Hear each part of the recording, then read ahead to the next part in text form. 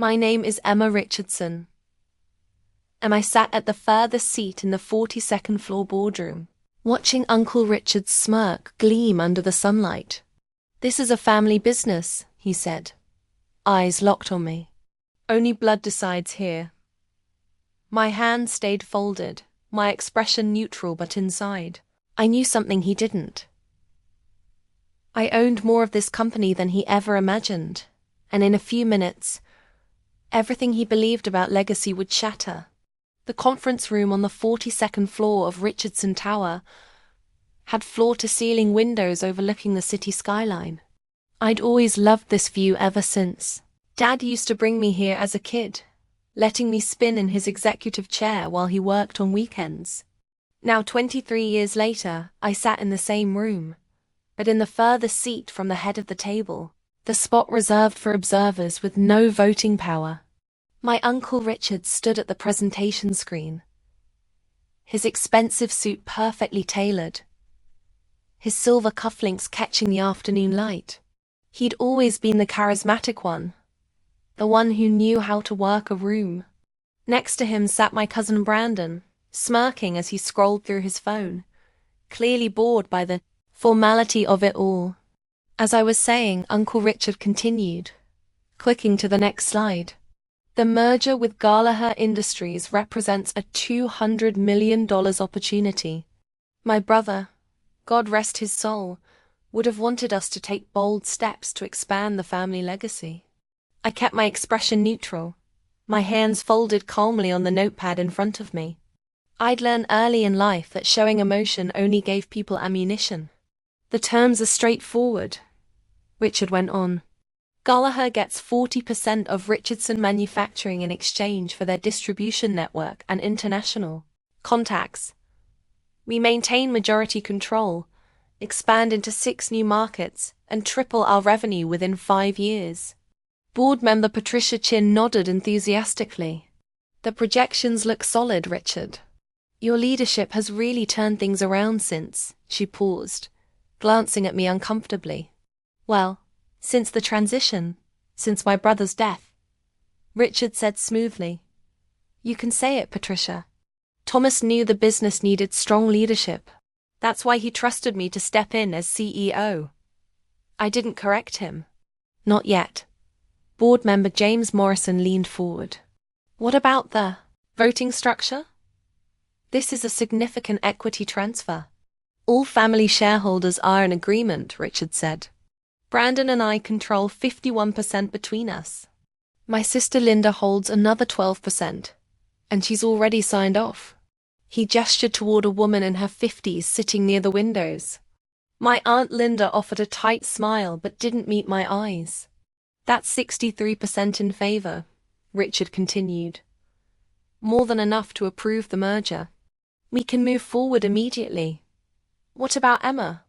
asked David Park, the company's CFO and one of the few people in the room who'd worked directly with my father. "She holds shares too, doesn't she?" The temperature in the room seemed to drop several degrees.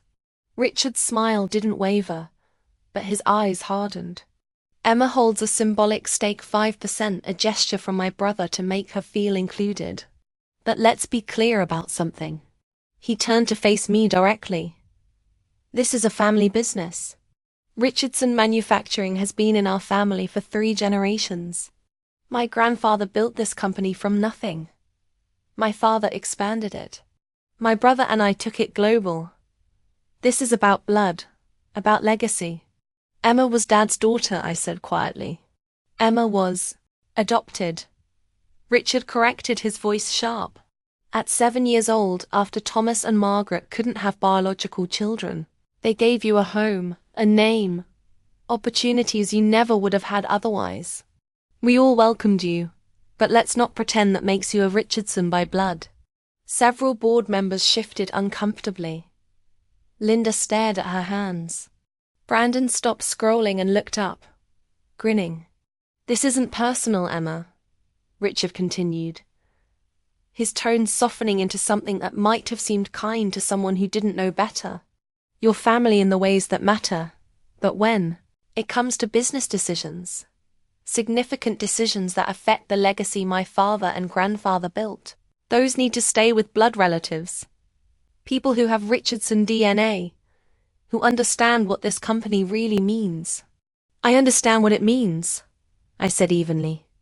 Do you? Brandon spoke up for the first time, leaning back in his chair with his arms crossed. Because Dad and I have been running this company for 3 years while you've been doing what exactly? You work in the marketing department, right? Entry level. Associate level, I corrected. Right, associate level. Brandon smirked. 3 years after graduating college, and you're still making PowerPoints about brand awareness. Meanwhile, Dad's negotiating 100 million deals. Maybe stick to what you know, cuz the way he said cuz made it clear he didn't consider me one. Richard held up a hand. Brandon, that's enough. Emma contributes in her own way. He looked at me with what I'm sure he thought was paternal warmth. But he has a point, sweetheart. The adult table is handling this. You don't need to worry about complicated merger negotiations. Your 5% will benefit from our decision. That's what matters. Patricia's chin cleared her throat. Perhaps we should move to a formal vote. I have another meeting at 4. Excellent idea, Richard said, moving back to the head of the table. All in favor of approving the merger with Gallagher Industries as presented. Point of order. David Park interrupted. Don't we need all shareholders present? I thought Thomas's estate planning required.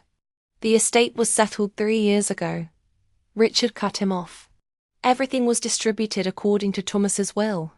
I have controlling interest as CEO and majority shareholder. Linda and Brandon hold their shares. Emma has her 5%. The math is simple. David frowned, looking at me. Emma, do you have any objections to the merger? All eyes turned to me. Richard's expression remained pleasant, but I could see the warning in his eyes. Don't embarrass yourself. Don't make this difficult. I smiled politely. I'd like to review the full terms before the vote. The full terms are in the presentation, Richard said impatiently. I'd like to review them with my legal counsel. The room went very quiet. Brandon laughed. Your legal counsel? What? Did you hire a lawyer with your associate marketing salary? I think everyone has the right to legal representation when making financial decisions, I said calmly. Richard's jaw tightened. Emma, this is a board meeting, not a family therapy session. We don't have time for actually, David Park said, slowly pulling out his copy of the corporate bylaws. According to section 4.3, any shareholder representing more than 2% equity can request a 48-hour review period with legal counsel before voting on major structural changes. A merger of this size definitely qualifies. Richard's pleasant facade cracked slightly. David, that's a technicality from the 1980s that nobody's ever. It's in the bylaws, David said firmly. If Emma wants to exercise that right, she can. For 5%. Brandon said incredulously. We're going to delay a $200 million deal for 5%. It's not about the percentage, Patricia's chin said, though she looked uncomfortable. It's about following proper procedure. If Emma wants time to review with a lawyer, maybe we should. No, Richard said flatly. The charm was gone now, replaced by cold authority. Absolutely not.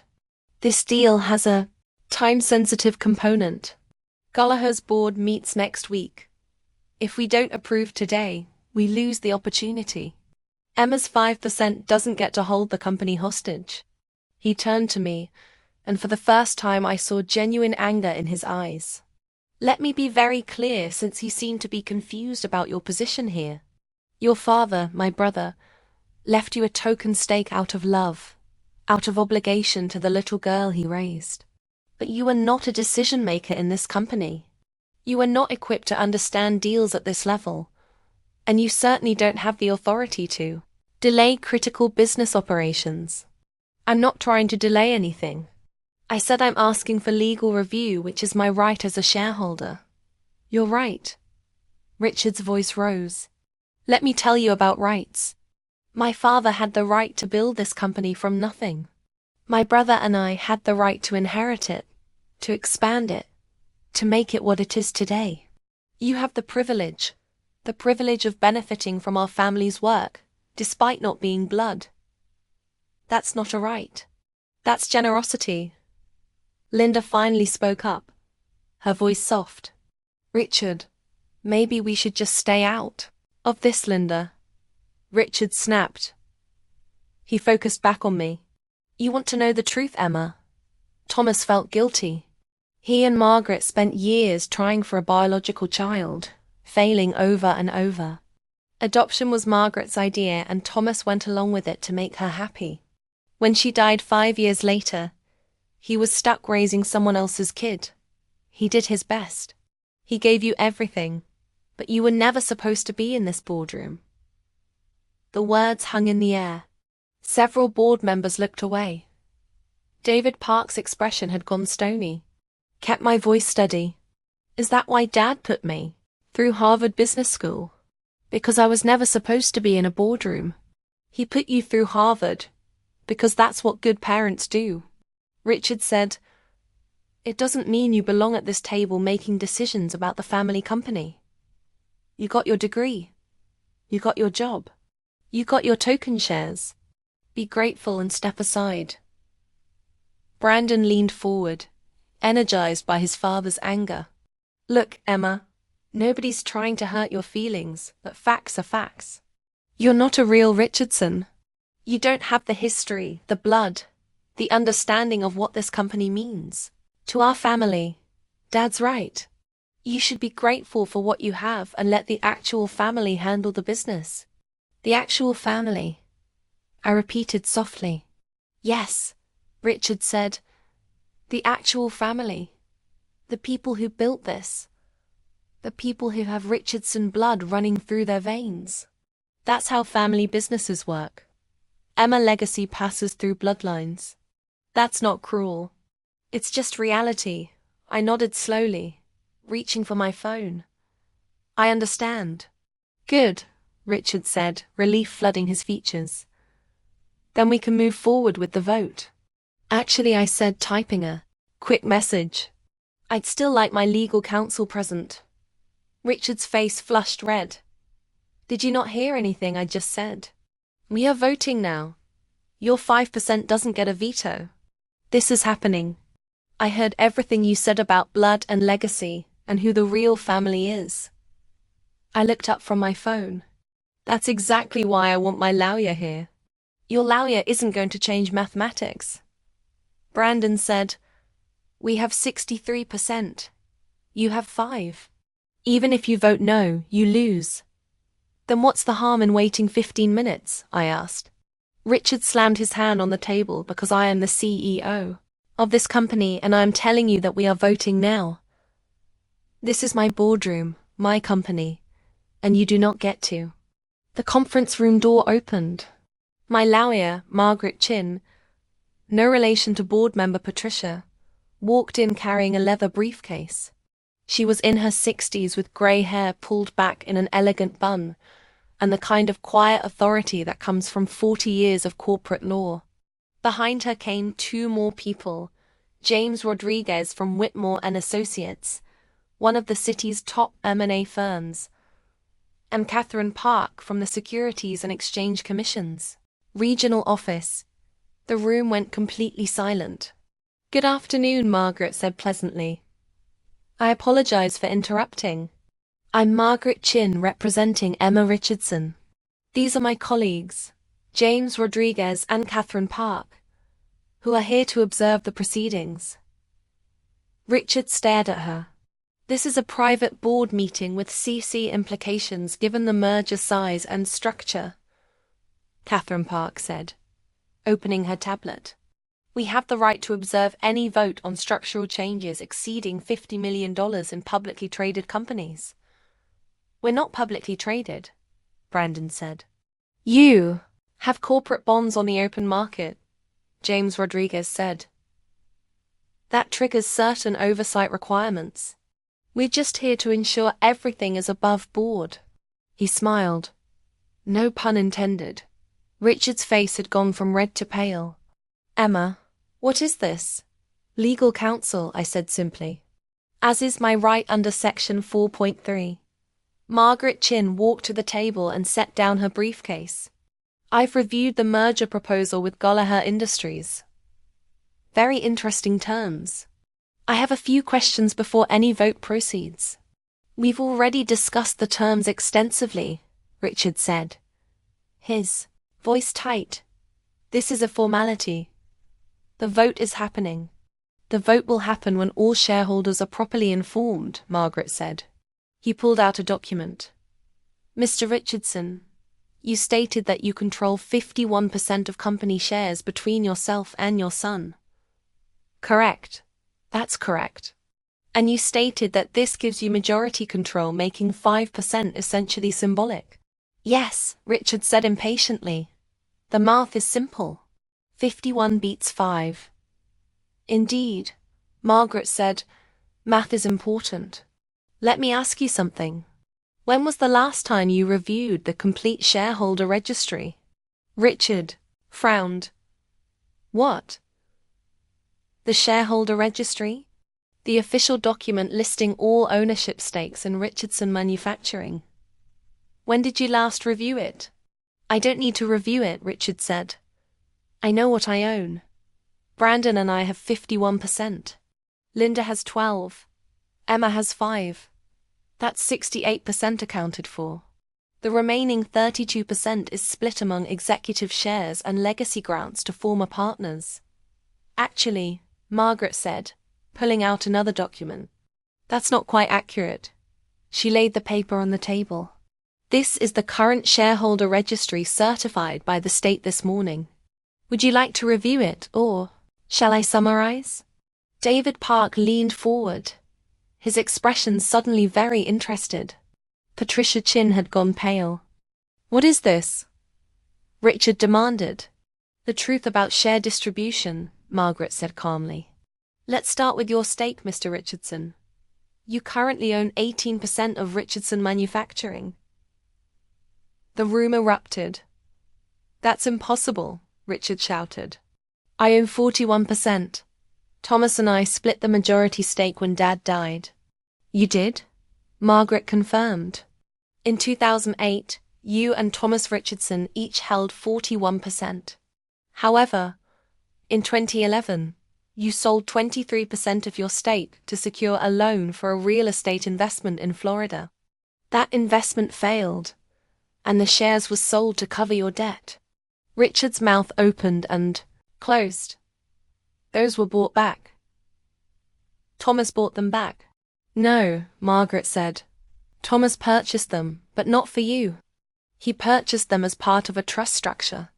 Those shares were never returned to your name. Brandon stood up.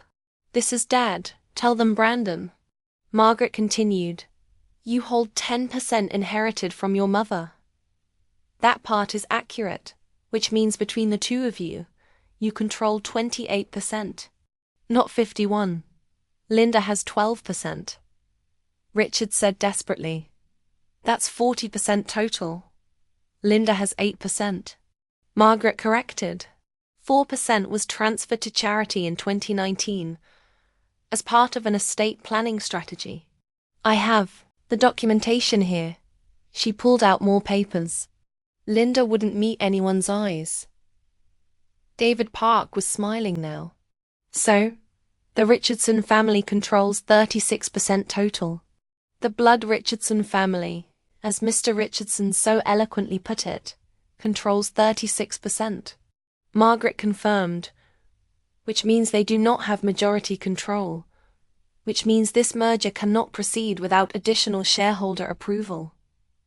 Richard's hands were shaking. Where are the other shares? The executive grants, the legacy partners. We can get their votes. Most of those were consolidated over the years, Margaret said. Various buybacks and restructuring. The current registry is quite simple, actually. She pulled out the final document, the official shareholder certification, and laid it in the center of the table. I watched Richard's face as he read it. Watched the exact moment he understood. "No," he whispered. "Yes," Margaret said. "Emma Richardson holds 67% of all outstanding shares in Richardson Manufacturing." The silence was absolute. Catherine Park from the SESI leaned forward. 67%. That's a controlling interest. That makes Richardson the majority shareholder. Margaret finished. The aita, ultimate decision maker on all major company actions, including mergers. Brandon grabbed the document, his hands trembling. "This can't be legal. Dad, this can't. How did I get 67%? I asked softly. I stood up, walking slowly to the head of the table where Richard stood frozen. "Let me tell you a story about blood and legacy." I took the document from Brandon's shaking hands. "My father, Thomas Richardson, loved this company. But after Mom died, he started thinking differently about legacy, about what it really means.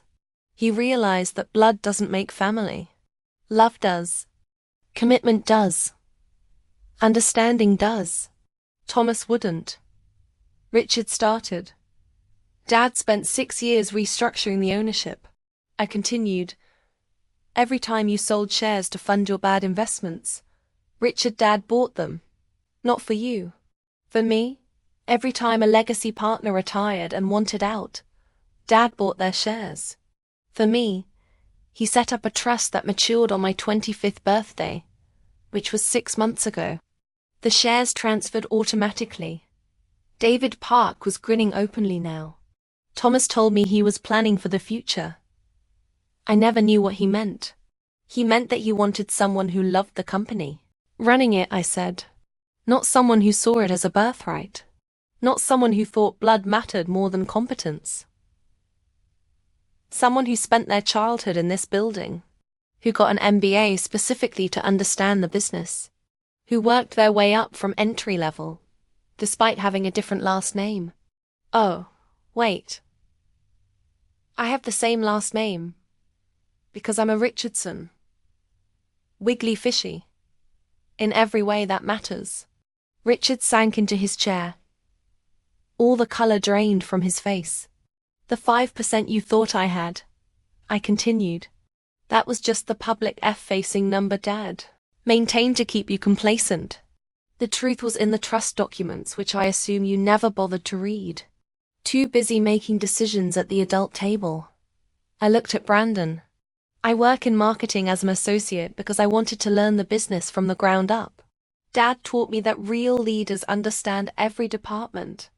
I've spent 3 years learning what actually sells our products, what customers want, how the market works." While you were scrolling through Instagram during board meetings, Brandon's face had gone bright red, but he said nothing. I turned to Linda. "You knew, didn't you?" My aunt finally met my eyes. "Thomas told me before he died. Made me promise not to say anything until the trust matured. He said you needed time to learn the business without interference, without Richard trying to manipulate you or cut you out. And you just let Richard think he was in control." Linda's voice was quiet. Thomas was very specific. He wanted Richard to show his true colors to prove whether he respected the company or just wanted power. She looked at her brother. "I'm sorry, Richard, but today you proved everything Thomas feared." Richard looked up at me, and for the first time I saw real fear in his eyes. "Emma, I didn't mean what I said about blood and adoption. I was just being honest." I finished. "I appreciate that actually. It makes this easier." I opened my own briefcase and pulled out a folder. "The merger with Gallagher Industries is rejected. The terms are terrible. You are selling our distribution rights far too cheaply. And the international contacts you mentioned are outdated. I've had 6 months to review every deal you've made. Sir, Richard, and I have to say Dad was right to worry. James." Rodriguez pulled out his own documents. Miss Richardson has asked me to review potential restructuring options. We have several recommendations regarding leadership changes. Richard stood up so fast his chair fell backward. You can't fire me. I'm family. I'm your uncle. You just spent 20 minutes explaining that I'm not really family. I said calmly that this business should stay with blood relatives. That I don't belong at this table. I smiled. So, by your own logic, you should respect the majority shareholders' decision, regardless of family relationships. It's just business, right? Emma, please. Effective immediately. I'm assuming the role of CO.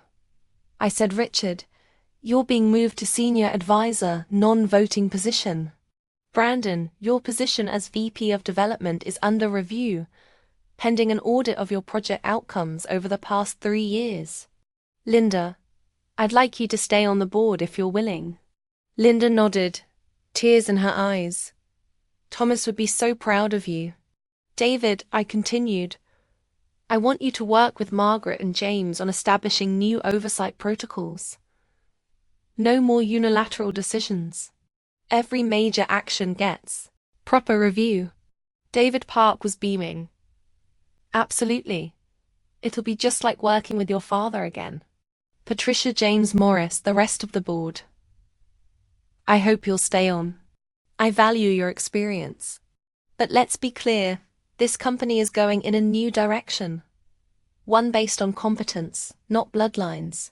I turned back to Richard, who had collapsed back into his chair. You're not fired, Uncle Richard. Despite everything you said today, you're still family. You'll keep your salary, your office, your benefits. But you're done making decisions because, as you so clearly explained, this is a family business, and I'm the majority of this family now. Catherine Park stood up. I think we have what we need from an oversight perspective. Ms. Richardson, you'll need to file the appropriate change of control notifications with our office within 10 days. Already prepared, Margaret Chin said, handing her a folder along with the updated corporate structure and new board composition. Efficient, Catherine said approvingly. Nice to see proper planning for once. She nodded to me. Congratulations, Ms. Richardson. Good luck. As the SEC observer and the lawyers began packing up, Richard finally found his voice again. You planned this, all of it. The questions about legal review making me angry, getting me to say, I didn't make you say anything. I interrupted quietly. I gave you the opportunity to treat me with respect, to include me in the decision-making process, to act like family. You chose to talk about blood and legacy and who really belongs. Those were your words, Uncle Richard. Your beliefs. I just let you express them in front of witnesses. Brandon slammed his fist on the table. This is revenge. You're punishing us for 3 years of condescension, for being called an adopted kid, like it's an insult, for being excluded from meetings and decisions. I shook my head. No, Brandon. This isn't revenge. This is responsibility. Dad left me 67% because he trusted me to run this company properly. Everything I'm doing is about protecting Richardson Manufacturing, not punishing you. Brandon spat. You're loving this. Finally getting to be in charge, getting to Brandon. David Park said sharply. I suggest you stop talking. Miss Richardson has been extraordinarily generous in not terminating your employment entirely. The project audit she mentioned, I've been keeping records. Your development initiatives have cost the company $8 million over 3 years with a return of less than $200,000. If she wanted revenge, she'd have security escort you out right now. Brandon's mouth snapped shut. I gathered my materials. We'll have a full board meeting next Monday to discuss the new strategic direction. I expect everyone to review the materials I'll send this weekend. We have a lot of work to do to fix the damage from the past 3 years. Damage, Richard said weakly. I increased revenue by 40%. You increased gross revenue by cutting quality control. outsourcing key manufacturing and underpaying staff. I said net profit is up 12%, but employee turnover is at 60%. We've had 3 product recalls and customer satisfaction scores have dropped 28 points. I've spent 6 months analyzing every metric, Richard. Dad built this company on quality and reputation. You've been sacrificing both for short-term gains. David Park nodded. Thomas always said sustainable growth beats quick money, which is why the new strategy focuses on rebuilding quality, investing in staff development, and establishing long-term partnerships instead of quick mergers. I looked around the table. Richardson Manufacturing was built on the idea that if you make the best product and treat people well, success follows. We're going back to those principles. I picked up my briefcase and walked toward the door. Margaret Chin fell into step beside me. Emma Richard called out. His voice was broken. Please, I'm sorry. I didn't mean what I said about you not being family. You're family. You're my niece. I thought I stopped and turned back. You thought what? Uncle. Richard, that you deserved control because of your DNA. That adoption made me less than. That Dad's love for me was just obligation. He couldn't meet my eyes. Here's what I think, I said softly. I think Dad knew exactly what he was doing. He gave you 3 years as CEO to prove yourself. 3 years to run the company, make decisions, show leadership. And at the end of those 3 years, he had a trust set to transfer majority control to me. That wasn't coincidence, Richard. That was a test, one you just failed spectacularly. I walked back to the head of the table and looked at each person in turn. My father chose me, not because of blood, not because of obligation, because he believed I understood what this company should be. He was right. And over the next 5 years, I'm going to prove it. By running us into the ground, Brandon watered. By bringing us back to what we were meant to be, I corrected. A company that values people, old people, regardless of where they came from, or what their DNA looks like. Margaret Chin smiled. Miss Richardson, we should discuss the filing timeline. Of course, I nodded to the board. Thank you all for your time. Monday 9 a.m. Please don't be late. As I walked out of the conference room, I heard Richard say something to Linda. Her response was clear. She's more Thomas's daughter than you'll ever be his brother.